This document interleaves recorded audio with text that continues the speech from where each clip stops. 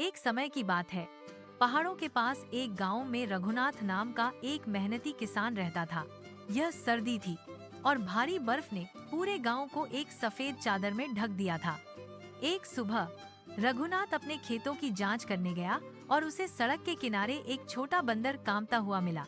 बंदर जम रहा था और सांस लेने के लिए संघर्ष कर रहा था। ऐसा लग रहा था कि वह पूरी रात बर्फ में फंसा रहा।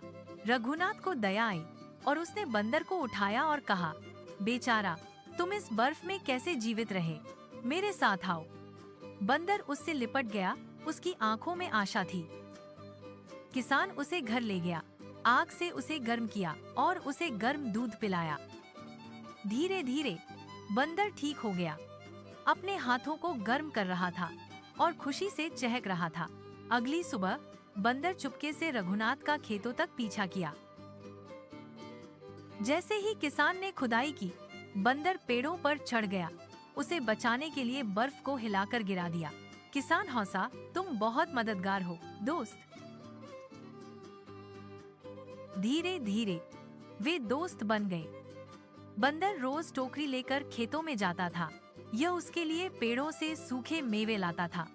किसान ने रात में अपना भोजन और एक गर्म जगह साझा की। एक दिन एक बरहानी तूफान आया। हवा चीख रही थी, सब कुछ बर्फ में दब गया। रघुनाथ घर के लिए संघर्ष करते हुए लौटा, लेकिन रास्ता अवरुद्ध था।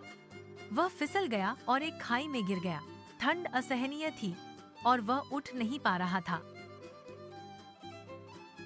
बंदर ने अपने दोस्त को मुसीबत में देखा और जोर से चिल्लाया। यह एक पेड़ पर चढ़ा और पत्थर फेंके, जिससे ग्रामीणों को सतर्क किया। बंदर और गिरते पत्थरों की आवाज सुनकर ग्रामीण मौके पर पहुंचे।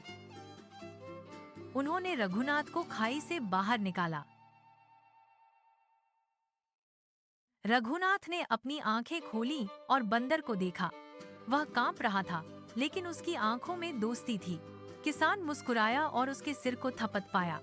तुमने आज मेरी जान बचाई। तुम सिर्फ एक बंदर नहीं हो, तुम मेरे परिवार हो।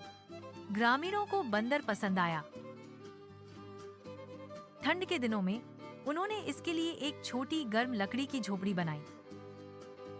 अब बंदर आराम से रहता था और किसान के साथ रोज खेतों में जाता था। चाहे बर्फ हो या धूप, उनकी दोस्ती कभी नहीं डगमगाई। लेकिन एक दिन कुछ अजीब हुआ। बर्फीला तूफान था।